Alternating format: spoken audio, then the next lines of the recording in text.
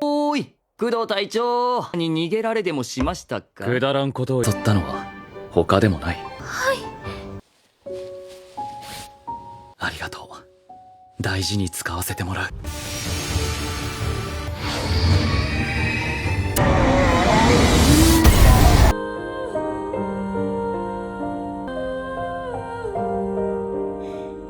愛してるわ。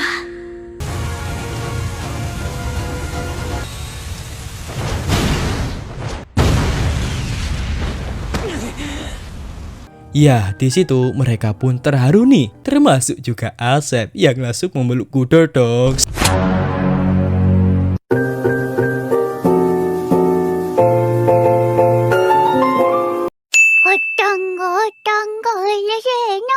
Yo mereka bare, teng briki admin peteng rangkum anime Watashi no Shiawase. Dan kalau di bahasa Indonesia kan, pernikahanku yang bahagia. Ya, anime ini menceritakan kisah cinta wanita menuju ke kota. Mereka akan bertemu dengan pangeran. Dan tak sengaja mereka bertemu dengan kakaknya Koji. Nah, kita panggil saja Kaito. Ya, sekarang Kaito menjabat sebagai pewaris keluarga Samsul. Lalu mereka masuk ke kediaman pangeran. Pertama-tama Kaito meminta maaf atas keluarganya yang sudah membuat kerusuhan di daerah ini. Sang pangeran mengampuninya. Lagian sekarang keluarga Samsul sudah di bawah pemerintah keluarga Kudo. Nah, lanjut. Sang pangeran membahas tentang segel makam yang rusak. Sang pangeran menyuruh mereka untuk berhati-hati karena ini sudah dekat dengan peperangan. Dan sang pangeran akan mengabari mereka lagi jika mendapat, sehingga Mio pun meminta maaf telah merepotkannya. Lalu Arata bilang Mio harus lebih berhati-hati lagi. Lalu Arata pun pamit pergi dulu.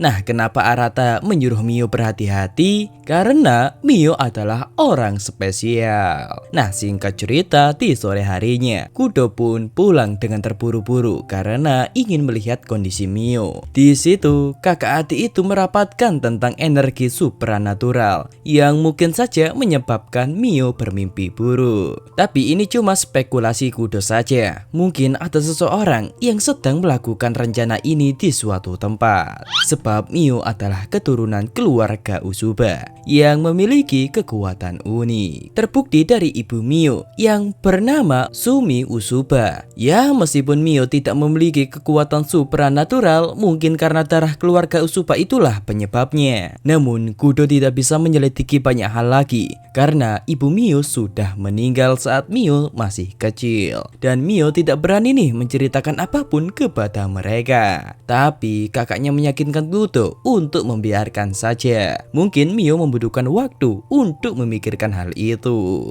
Di sisi lain, ada seseorang yang membawa barang bersama anjingnya. Namun orang itu tidak sadar apa yang ada di depannya. Dan tiba-tiba... Dosta? Kuma?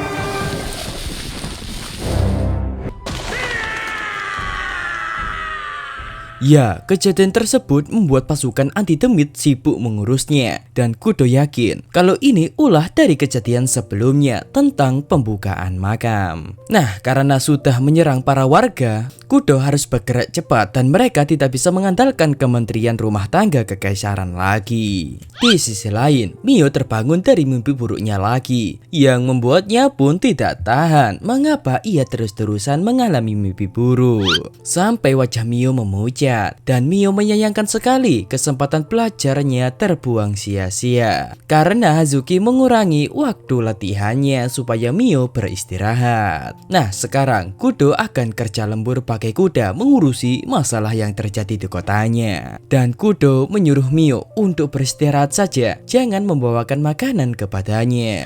Lalu Kudo bertanya, bagaimana keadaannya sekarang? Apakah ada yang mengganggu? Tapi Mio tidak memberitahu Kudo sama sekali, hanya bilang baik-baik saja. Namun Kudo harus menutup teleponnya nih, karena ada rapat mendadak. Nah, sekarang Kudo rapat dengan para anggotanya, dan mereka akan melakukan operasi besar-besaran untuk mengatasi hal ini. Dan sang kapten akan menghubungi pemerintahan, beralih ke rumah. Ya, Hazuki kaget nih karena Mio pagi-pagi sudah membuatkan sarapan untuknya. Yang membuat Hazuki pun khawatir nih tentang keadaannya. Padahal Mio masih belum pulih sepenuhnya. Meskipun begitu, Hazuki sangat senang karena masakan Mio sangat enak sekali. Di situ Yuri bangga karena masakan Mio lebih lezat darinya. Lalu Hazuki jujur kalau ia sangat payah dalam memasak. Sebab saat sekolah dulu nilai memasaknya sangat buruk. Apapun yang ia buat akan menjadi abu. Anjir, kadang terlalu asin, kadang terlalu pedas. Dan orang-orang selalu menghindar, takut pisaunya akan terbang kemana-mana. Namun Hazuki menyesali hal itu karena ia sudah menikah. Dan menceritakan satu-satunya penyesalan di dalam hidupnya, yaitu soal pernikahannya pada umur 17 tahun. Karena terlahir di keluarga kudo, ia mempersiapkan diri untuk menikah demi kepentingan politik. Awalnya hubungan dengan suaminya sangat akrab, tapi tidak dengan keluarganya. Karena Hazuki tidak bisa memasak dan sering memecahkan piring. Sehingga sebagai seorang istri, Hazuki dicap tidak ideal. Dan pada akhirnya Hazuki pun memutuskan untuk pergi dari mertuanya. Sehingga ia pun memutuskan untuk bercerai. Namun saat dipikir-pikir, ia sangat menyesali hal itu. Nah, makanya itu Hazuki berusaha keras untuk mengatasi kelemahan Mio tanpa melarikan diri seperti dirinya. Hazuki sekarang ingin Mio jujur dengan perasaannya agar Mio tidak menyesali perbuatannya seperti dirinya. Namun saat Hazuki bertanya apa keinginan Mio selanjutnya, Mio malah berpikir keras karena ia belum pernah memikirkan soal itu. Tapi ada satu hal, yaitu ia ingin tetap di sini bersama suaminya. Di sisi lain, Kudo bertemu dengan Pak Mata-Mata yang memberikan informasi tentang identitas Sumi. Namun banyak sekali nama Sumi di kotanya. Makanya Kudo menyuruh Pak Mata-Mata untuk mencari informasi terus-menerus, tak peduli sekecil apapun informasinya. Kemudian kita melompat ke malam harinya. Di hari ini, Mio menghampiri Kudo sambil memberikannya minum. Di situ mereka berdua duduk di bawah indahnya rembulan. Kudo meminta maaf sebab akhir-akhir ini ia terlalu sibuk bekerja. Tapi Mio tidak mempermasalahkan hal itu. Lalu Kudo bertanya apa yang mengganggu di pikiran Mio. Namun Mio masih saja tidak memberitahukannya. Dan Mio malah ingin Kudo menceritakan masa kecilnya bersama Hazuki. Kudo menceritakan hubungannya dengan kakaknya itu seperti kakak adik kayak biasanya. Terkadang akur, terkadang tidak akur. Terlebih lagi mereka terlahir dan tumbuh di lingkungan yang sama. Tapi sifat mereka berbeda. Sebab Hazuki lebih baik dibandingkan dirinya. Dan cerita itu membuat Mio pun senang, tapi juga merasa iri karena ia tidak punya seseorang seperti itu di dalam hidupnya. Kemudian Kudo menyuruh Mio untuk mendekat, lalu memegang tangannya supaya Mio mengungkapkan, jikalau sepi katakanlah, jika menderita katakanlah, jika tidak ia takkan mengerti apa yang Mio alami, kata Kudo. Kemudian Kudo menenangkan Mio dan bilang, ungkapkanlah semua perasaanmu sejujur-jujurnya. Jadilah lebih egois sebab Kudo akan menerimanya dan akan mendukungnya satu sama lain. Dan itulah kegunaan keluarga. Kemudian kita melompat ke keesokan harinya. Di situ Mio belajar dengan sungguh-sungguh. Ya, meskipun Kudo sangat menyayanginya, tapi ia tidak boleh manja terus-menerus. Mio harus menjadi istri yang cocok untuk Kudo. Lalu tiba-tiba ada seorang tamu yang datang ke rumah mereka, yang ternyata Arata. Ya, Arata datang ke sini ingin bertemu dengan Kudo. Tapi sayangnya Kudo sedang bekerja. Nah, alasan Arata ke sini sebab ia mendengar kalau Kudo sekarang libur. Tapi Mio bilang kalau Kudo sedang lembur karena sekarang ia mengurusi berbagai macam hal. Di situ mereka berdua pun berkenalan dan Arata seperti memojokkan Kudo. Mulai dari membuat Mio terlihat lesu dan Kudo dicap orang-orang sebagai orang terdingin di dunia. Selebeo.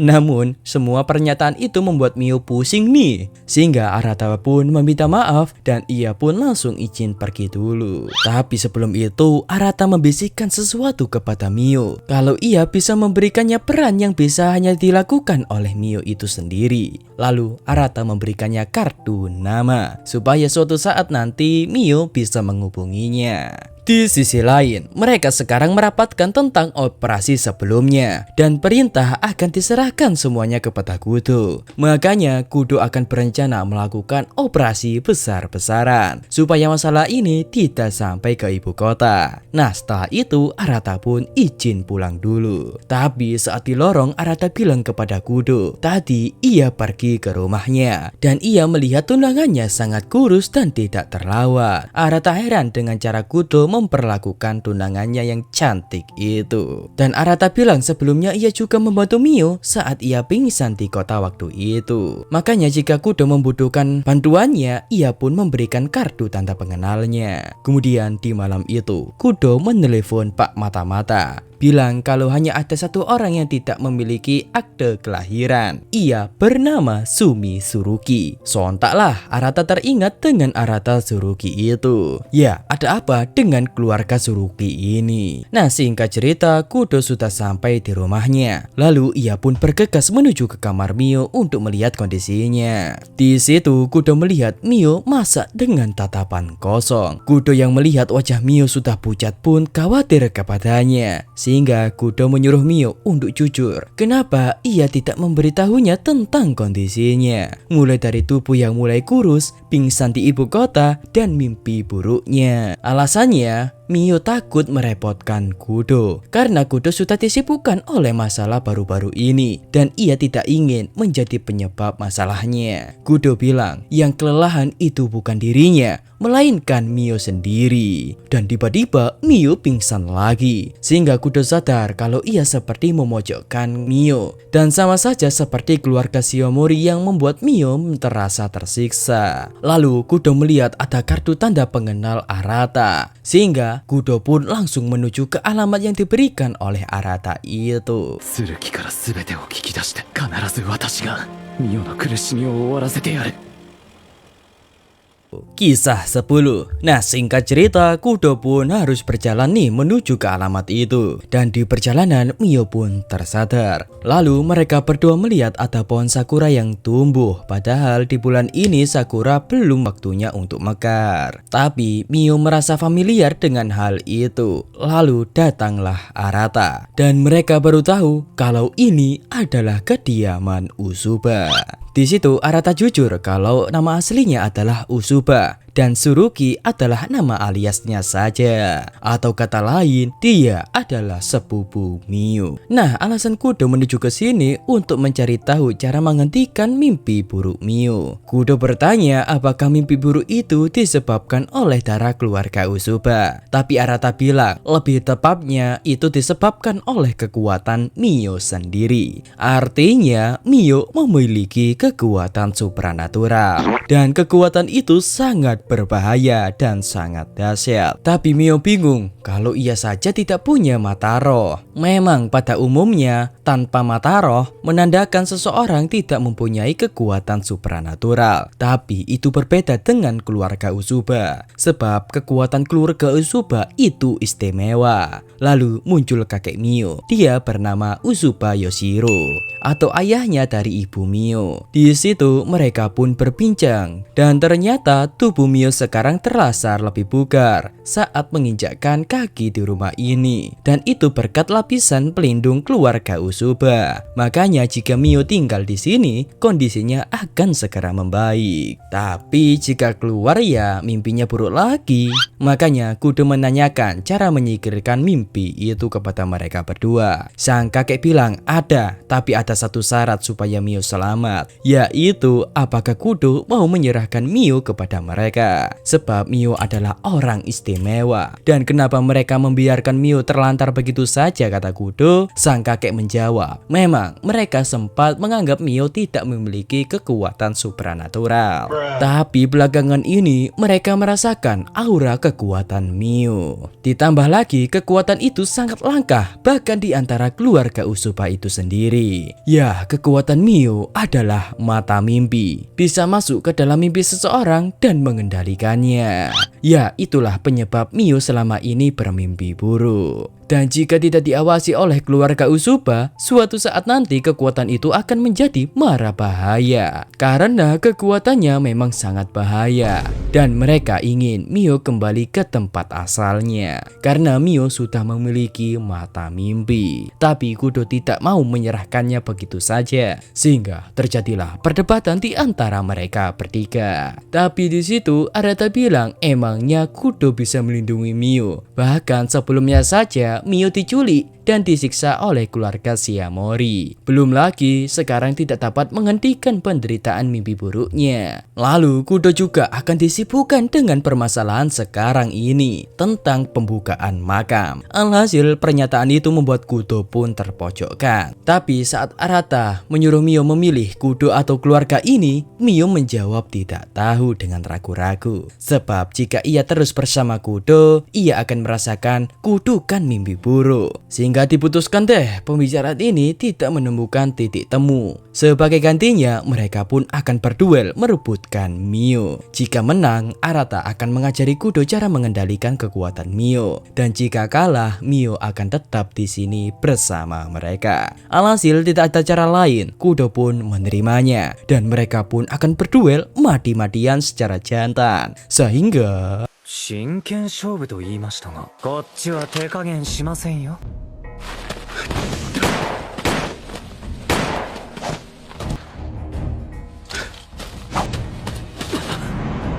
遅い。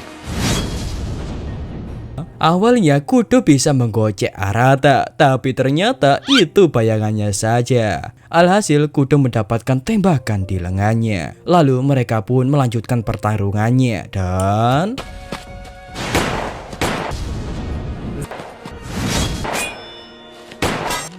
ya, Arata memberitahu Kudo kalau sebagian besar keluarga Usopp tidak memiliki mata roh, termasuk juga dia. Sebab kekuatan mereka bukan untuk melawan demit, melainkan kekuatan Usopp adalah untuk mengalahkan manusia berkekuatan. Di situ Arata mengeluarkan jurus Genjutsunya dan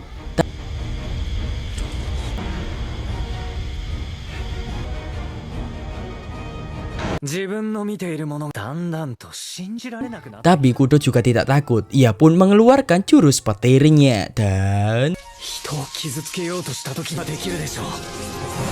jurus gacor kang. Ya, Arata agak takut nih, sebab orang sekuat Kudo akan bahaya jika lepas kendali. Ya, itulah alasan kenapa keluarga Usopp merahasiakan kediamannya, yaitu mereka sedang mengabdi kekaisaran untuk menjadi ujung pedang ketika pemilik kekuatan lepas kendali. Akan tetapi saat Kudo akan mengakhiri pertempuran ini, Arata mengeluarkan jurus Genjutsunya lagi dan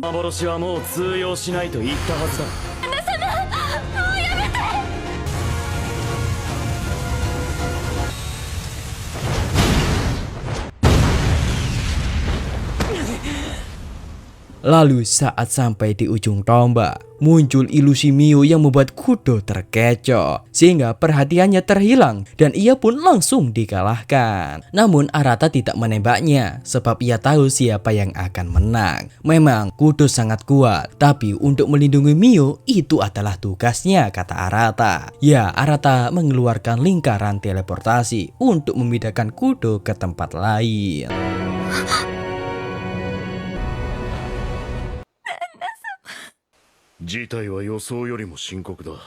Di sisi lain, Kapten memberitahu Asep kalau sekarang para demit menyerang secara bergerombolan. Tapi supaya dapat menandingi mereka harus mengubah formasinya. Makanya ia pun langsung menghubungi Tuan Kudo. Beralih ke rumah, ya Hazuki memarahi adiknya nih, sebab tidak bisa membawa kembali Mio. Namun Kudo hanya bisa meminta maaf. Tapi sang kakak menyemangatinya kalau Kudo harus bisa membawa Mio pulang kembali. Tapi Kudo bilang tidak bisa karena ia sudah kalah dan ia tidak berhak untuk membawa Mio pulang kembali. Aduh, tapi sang kakak memberitahu kalau Mio sedang butuh perhatiannya. Namun Kudo bilang, lagian Mio juga sudah bilang kalau ia tidak tahu harus memilihnya atau keluarganya. Tapi sang kakak meyakinkan kalau Mio orangnya gampang merasa bersalah karena kakaknya menyadari perasaan Mio kalau ia selalu ingin berada di samping Kudo dan dia berpikir jika Kudo pasti akan berpaling darinya. Sebab itulah Mio ingin berlatih supaya bisa menjadi apa yang diinginkan oleh Kudo. Namun pembicaraan mereka harus terhenti nih karena Kudo mendapatkan panggilan dan kakaknya tidak bisa melarangnya karena ini juga menyangkut nyawa seseorang. Pasti Mio tak akan memaafkannya jika dirinya mementingkan Mio dibandingkan orang lain. Sehingga Kudo pun berjanji akan membawa Mio pulang kembali ketika ia sudah selesai. Di sisi lain, sang pangeran sedang merasa gelisah, tapi ia hanya bisa mempercayai Kudo saja untuk saat ini. Di sisi lain lagi, admin klarifikasi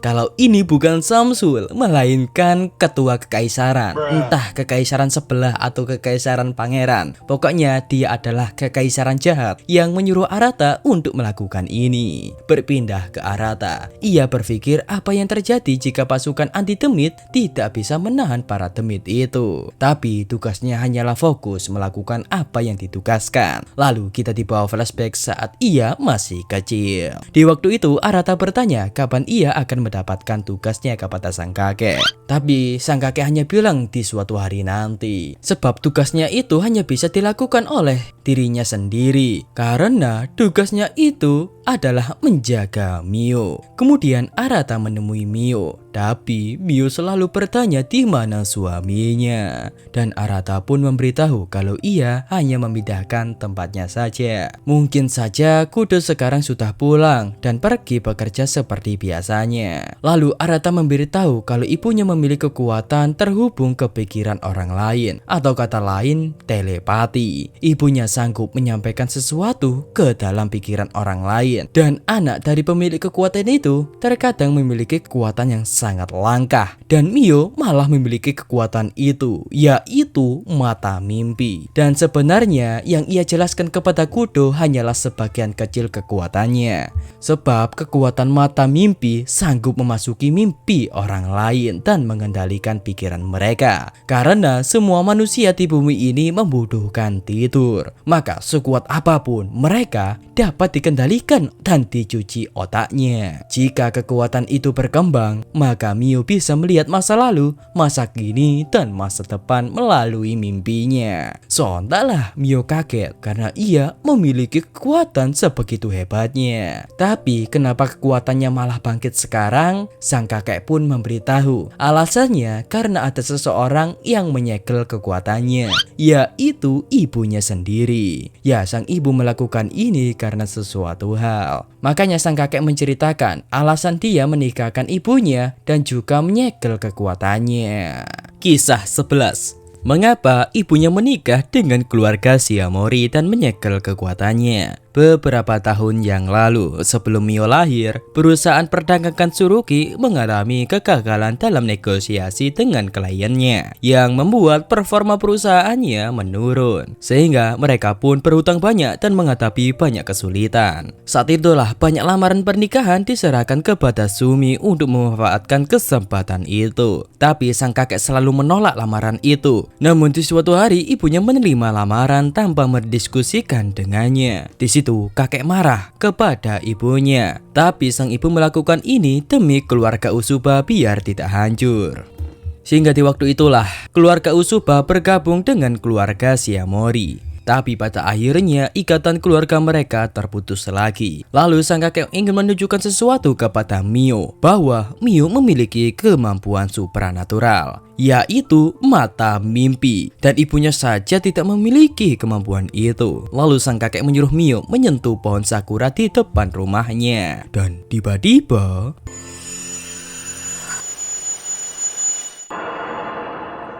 Ya, Mio dibawa flashback saat pernikahan ibunya. Ya, pernikahan ini bertujuan untuk menghasilkan anak yang memiliki kekuatan supranatural. Lalu saat ibunya lahiran, ibunya sadar kalau Mio memiliki kemampuan mata mimpi. Terlihat ibu Mio sedang sakit-sakitan, dan ibunya mendengar kalau mereka akan memanfaatkan ibunya Mio sebagai penghasil senjata. Namun sakit sang ibu mulai semakin parah, makanya sang ibu tidak punya banyak waktu lagi, dan ibu Mio akan menyegel kekuatannya, dan itu akan terungkap pada suatu saat nanti. Ya, sang ibu melakukan ini demi keselamatan Mio, dan Mio harus hidup sendiri mulai sekarang. Meskipun Mio harus menghadapi kesulitan dan kesedihan, dan suatu saat nanti Mio pasti bertanya kenapa ia tidak memiliki kemampuan supranatural. Tapi sang ibu sudah membulatkan tekadnya untuk menyegel kemampuannya demi kebaikan Mio sendiri. Dan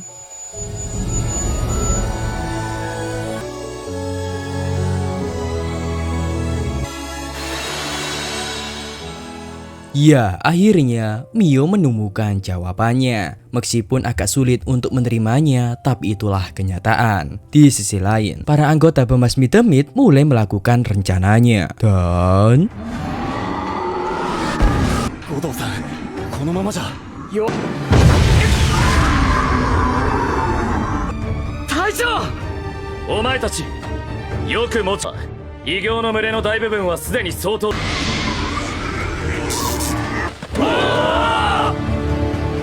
nah, singkat cerita, keesokan harinya. Di hari ini, Mio sudah tidak mengalami mimpi buruk lagi. Lalu Arata menyuruh Mio mengenakan kimono khusus selama berada di sini, karena pakaian ini ditujukan untuk seseorang yang memiliki kekuatan mata mimpi. Tapi tenang, kimono bermotif sakuranya masih ia simpan. Namun meskipun Mio sembuh dari penyakitnya, tapi perasaannya untuk calon suaminya masih ada, dan Mio sangat menyesal hal itu. Namun Mio memohon kepada Arata untuk mengembalikan kimono berharga milik calon suaminya. Tapi Arata menolak sebab ia tidak bisa, apalagi mengantarkan Mio berbicara dengan calon suaminya lagi. Namun Mio tetap kekeh ingin keluar dari rumah ini, dan Arata akan selalu menghalanginya. Di situ Arata bilang kalau ia bertugas untuk menjaganya saja, tapi Mio memohon kalau ia ingin menemui calon suaminya untuk memberitahu yang seharusnya ia katakan. Di situ Arata bilang kalau mereka hanya berpegang teguh pada aturan para leluhurnya,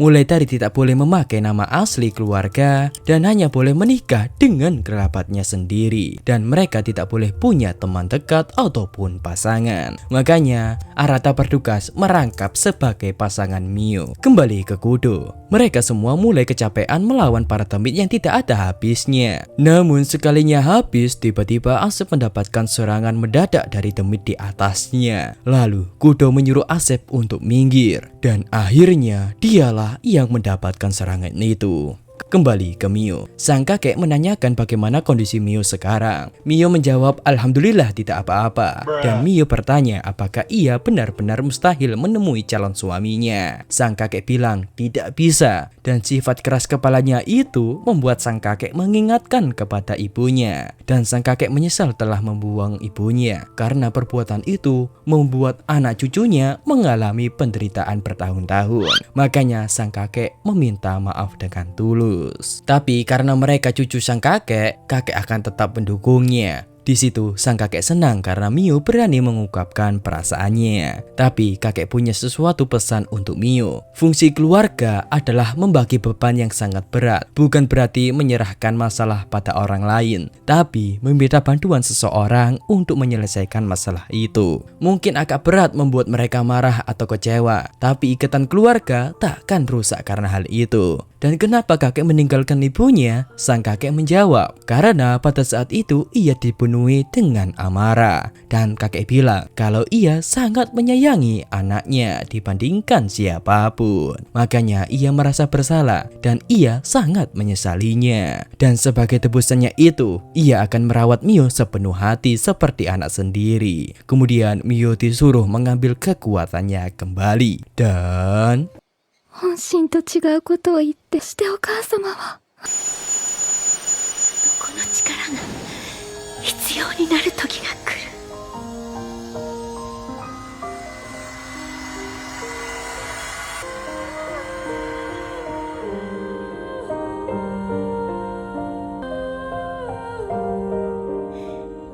愛してるわ。 Ya, akhirnya Mio pun terpisah dari ibunya dan ia sekarang sudah memiliki kekuatannya yang sangat dahsyat. Kemudian Arata datang dengan terburu-buru karena mendapatkan pesan dari militer kalau Kudo habis terkena serangan demit, dan karena lukanya sangat dalam yang membuatnya pun belum sadarkan diri sampai sekarang, sehingga Mio pun berlari ingin menemui calon suaminya. Akan tetapi Arata melarangnya sebab Arata tidak bisa membiarkannya pergi begitu saja. Namun Mio bilang, kau tak bisa menghentikanku. Kemudian Arata jujur kepada Mio kalau ia diutus oleh seseorang, bahwa ia membuat kesepakatan dengan kekaisaran kalau kekaisaran telah lama menunggu gadis mata mimpi kembali. Tapi sebagai syaratnya, dan Arata bertugas menjaga gadis itu tidak berhubungan dengan orang lain yang memiliki kemampuan supranatural. Tapi Arata tidak mengerti apa yang direncanakan oleh kekaisaran. Dan jika Mio melanggar perintahnya, bukan hanya keluarga Usuba, tapi Mio juga akan ikut dihukum. Namun sang kakek menyatakannya kalau Mio akan dipertemukan dengan Kudo karena keinginan dan tekad keras Mio. Sang kakek pun mengizinkannya, tapi harus dengan syarat Arata yang mengawalnya. Kemudian sang kakek memberikan kimono Sakura kepada Mio lagi. Nah, singkat cerita, di perjalanan Mio berharap suaminya tidak apa-apa. Dan singkat cerita, saat di klinik terlihat mereka semua sudah menunggu kedatangan Mio. Lalu Arata memberitahu kalau Mio mempunyai kemampuan yang bisa membangunkan Kudo, yaitu kekuatan mata mimpi. Tapi ia tidak yakin kekuatan itu bisa menyembuhkannya. Tapi apa salahnya untuk mencoba, ya kan? Sehingga Mio pun akan melakukan hal itu demi keselamatan suaminya. Kisah 12 terakhir. ここ、私は死んだのか、あるいは地獄か。 Ya, sekarang Mio akan melakukan ritual mata mimpi. Dan sekarang Mio akan meninggalkan jiwa raganya, sebab jiwanya akan masuk ke dalam tubuh Kudo. Di situ Mio disuruh untuk mencari jiwanya Kudo. Dan mereka semua sekarang menyemangati Mio supaya bisa kembali bersama-sama lagi. Lalu ritualnya pun dimulai. 準備はいいですか。必ず戻ります。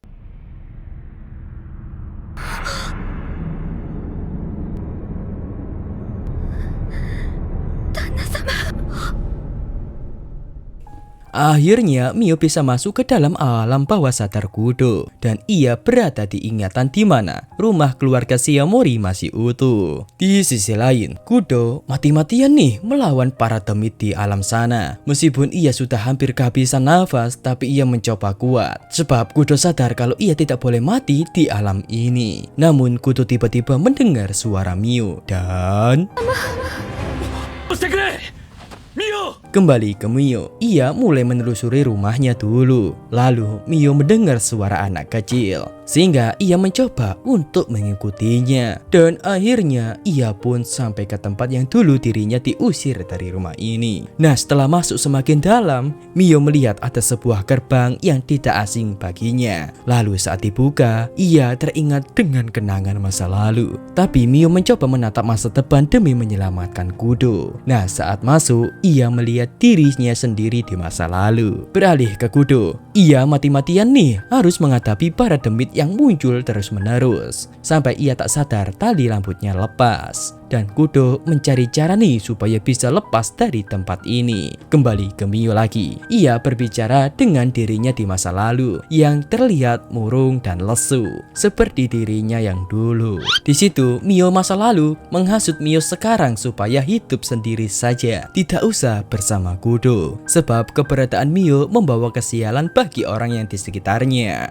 Dan Mio mengalami banyak kegagalan. Seperti kata Mio, memang tidak layak untuk berada di samping Kudo. Awalnya Mio di masa kini berpikir seperti itu, tapi semua berubah sejak kekuatan supranaturalnya. Bukan hanya itu, orang-orang yang peduli kepadanya juga. Sekarang ia merasa tidak menjadi apa-apa jikalau tidak ada di sisi Kudo. Mio di masa lalu mulai menyerang dan membantah bahwa pendapat itu salah, bahwa setiap hari mereka selalu merasakan berada di neraka. Mio di masa sekarang mencoba menenangkannya dan membuat dia percaya kalau mereka di masa depan bisa berubah. dan Mio tidak akan menyerah meskipun itu mustahil.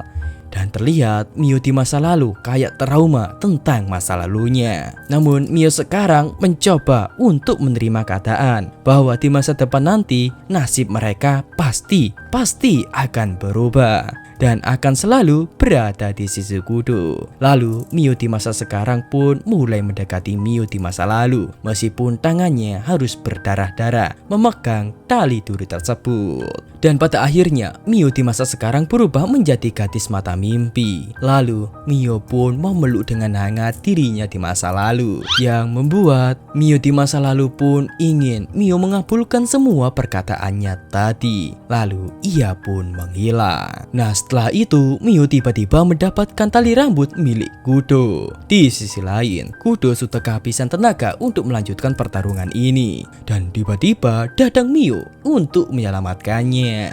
Di situ Mio langsung mengeluarkan kekuatannya dan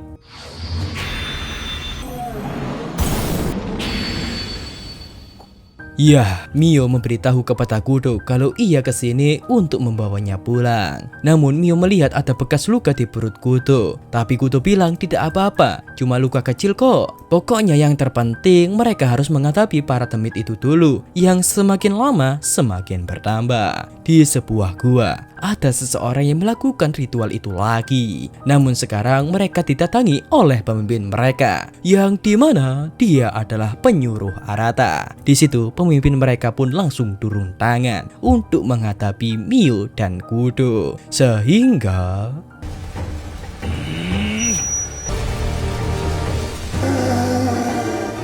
makanya di dunia lain Mio sekarang melihat para demit itu berkumpul menjadi satu, yang membuat demit itu menjadi overpower. Di situ Mio menggabungkan kekuatan mereka berdua dan berjanji akan pulang bersama-sama, sehingga pertarungan pun tak terhindarkan.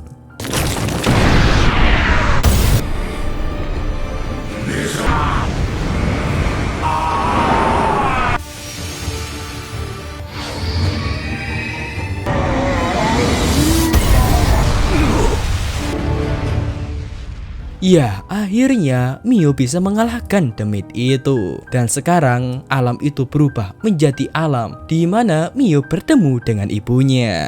Lalu ia pun kembali ke wujud aslinya. Di situ Kudo sangat senang karena Mio sudah menyelamatkannya. Lalu Mio memberitahu kalau tali rambut ini yang menuntunnya ke tempatnya berada.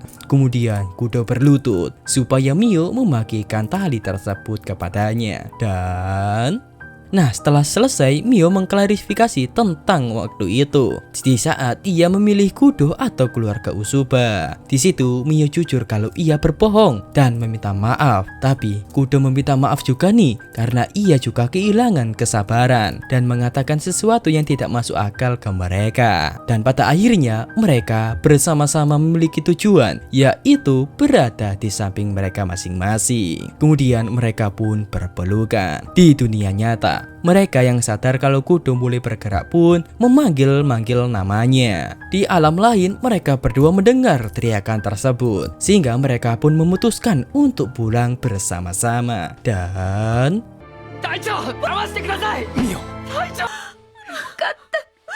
ya, di situ mereka pun terharu nih, termasuk juga Asep yang langsung memeluk Kudo dong.